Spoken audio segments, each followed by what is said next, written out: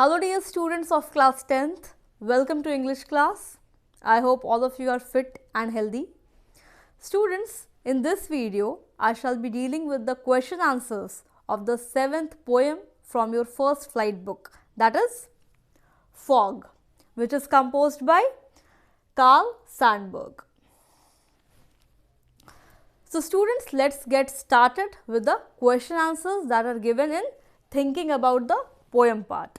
So the first question has 4 parts which we will be discussing one by one. So let's start with the first question that is given on the screen.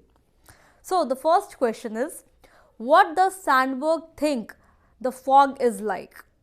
So I already told you while explaining the poem that the poet Carl Sandburg, he thinks that the fog is like a cat. Why? Because he is able to relate the characteristics of cat with that of fog.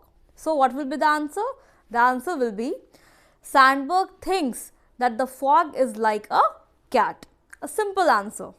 To the point. You need to be to the point. Alright. Now let's come to the second question. So the second question is, how does the fog come? See, the fog comes silently like a cat on its small feet, without disturbing anybody, without being noticed, as the cat comes silently on its soft paws. So similarly, the fog also comes very silently, without giving an indication, without giving a sign of its arrival. Alright, so I hope you can write the answer. Now let's proceed with the next question, that is question number 3.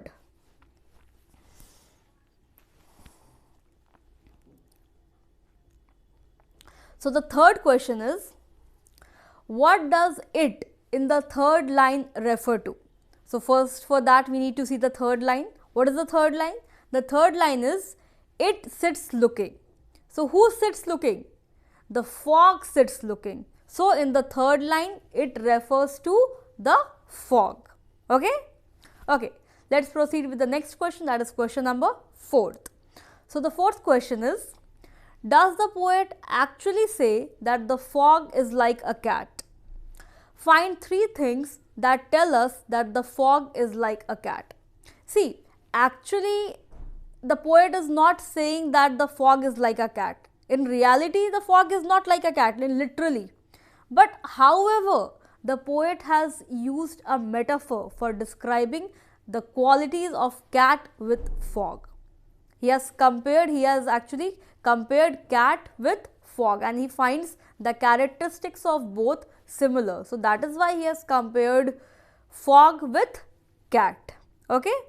Now the second part of this question, that is, find 3 things that tell us that the fog is like a cat.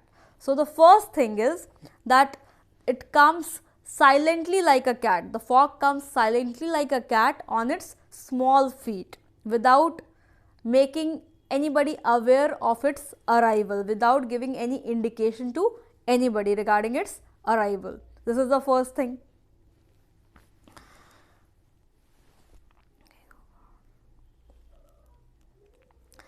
The second thing is, it sits looking over harbor and the city.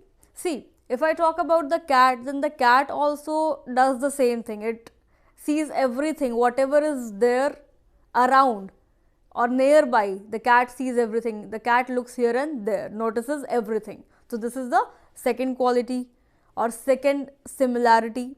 And the third similarity is, on silent haunches and then moves on, means the way the cat sits, the posture the cat makes while sitting. So that posture is compared to the fog. So similarly, the fog also makes the same posture, and the fog, by sitting silently on haunches, sees everything, notices everything, and very silently, as the cat departs, the fog also departs, without informing anybody, without